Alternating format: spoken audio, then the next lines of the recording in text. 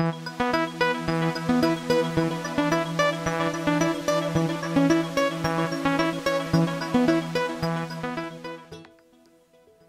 do we humans accomplish the goals in your life? It's a good question to ask ourselves. And I'm not talking about the small goals here like paying rent or buying food. There's no one watching this that hasn't figured out how to get a job. And I'm also not talking about the goals like how to run your first marathon or how to lose weight or how to learn a new skill. But I am talking about the big, loftier, and frankly more expensive and expansive goals like putting your kids through the school you really want to put them through, or living where you really want to live, or having the lifestyle of freedom and self-expression that you really want. Even the idea of just being able to take off for a couple of months and do the kind of traveling you've always wanted. Those kinds of goals. How do you accomplish those? And how has anyone accomplished those goals? I'm going to contend that if you have a career, let's say you're a yoga teacher or a therapist or a corporate trainer or a lawyer or an accountant or a tradesman or really anything, an office manager, or you're in some kind of classic sales position and you've been doing it for at least a couple of years, at some point you do a very interesting thing. You do the math. You start doing the math of how many hours you can work each week and what that will buy you in terms of those big life goals. You do that math and you realize that you can only work so many extra Saturdays, you can only get so many raises, you really can only charge so much for your time and expertise in your particular profession before you reach a ceiling and before you get completely burned out. There is only so much income you can create with that platform, that job. This is a very interesting aha or turning point that is critical for anyone interested in examining this question. How do I accomplish the big goals in my life? Because it makes you realize you cannot trade enough time for enough money. It just doesn't work that way. There is a limit to the job game. There's a limit to the income vehicle called a job in terms of earning this method of trade that we call money.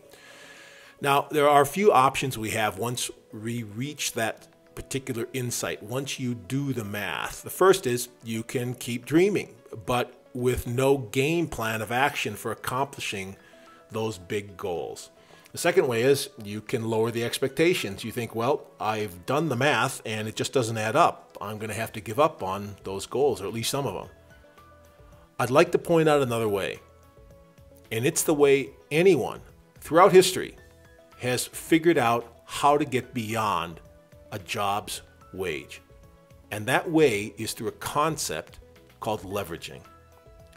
Leverage is this idea of doing something once or creating something or building something once and then benefiting from the results for weeks and months and years, far beyond the time it took to actually create it. Let's say you were an author, for instance, and a year ago you wrote a book. Let's say it's on outdoor gazebos. You love gazebos. You know how to build them. You know a ton about them. And you realize at one point you're kind of an expert on the subject.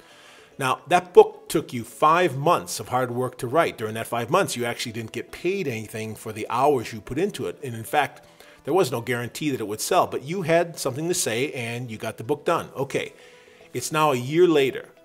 Every time that book sells on Amazon, you experience leverage.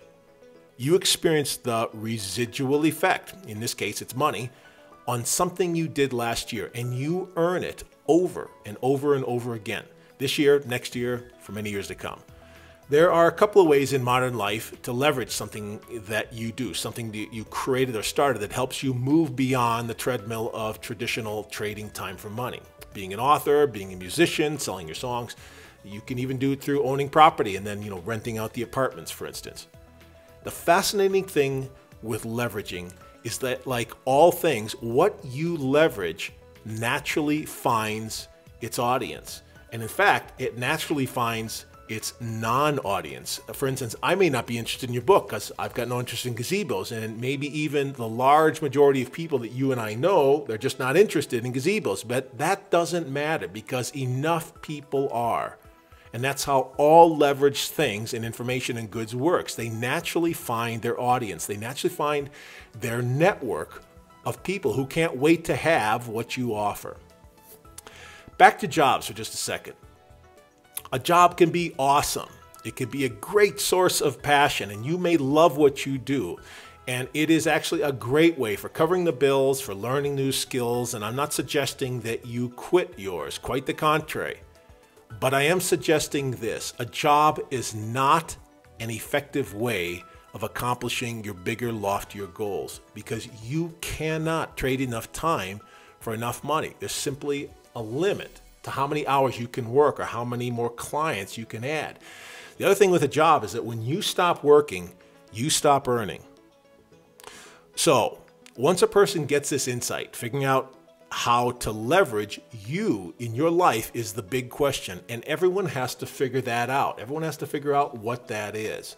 You want to figure out how to leverage something, what you do, what you say, who you know, conversations you have, things you do, products you recommend, something that puts you into a stream, a network, a flow of information or goods or services that compensate you long after you started doing it, for years and years and years to come. It's what those of us involved in Alfei are doing. By using Alfei's products, we place ourselves into their network and their commission structure. We also join a growing number of people who have read about the amazing health benefits of Lingji and the other medicinal mushrooms and have personally experienced the benefits from them. Allergies, immunity, vast improvement in sleep, improved skin, sense of calm, mental focus, lots of things. Now, Alfei's products aren't sold in stores. They're only sold through word of mouth. We users are their sole marketing method. And every time that word of mouth spreads, Alfei compensates us for spreading the word. Every week, we actually get a check for doing it. It's our personal way of entering the leverage world, of leveraging what we have learned and moving beyond the incomes of our jobs so that we too can accomplish those bigger goals in life. Now, in the Western world, Alfei is tiny at this point, so hardly anyone knows about us. But that's part of the appeal to us because we're at the beginning. And we see what medicinal mushrooms can do for our bodies. And we believe that this is the start of a very large movement in human health. They're very potent formulas. And those of us involved have a superb training system that show people and show your people how to do this. And the best part of it is that by the very nature of its design, we're all helping each other. It's like a home-based business, but we're a community that work towards helping you succeed. Like gazebos, using Alfei may not be for you. It may not be your means of leveraging your time and personal experience into a network. But talk to someone who's involved. See if it's right for you. Thanks for watching this.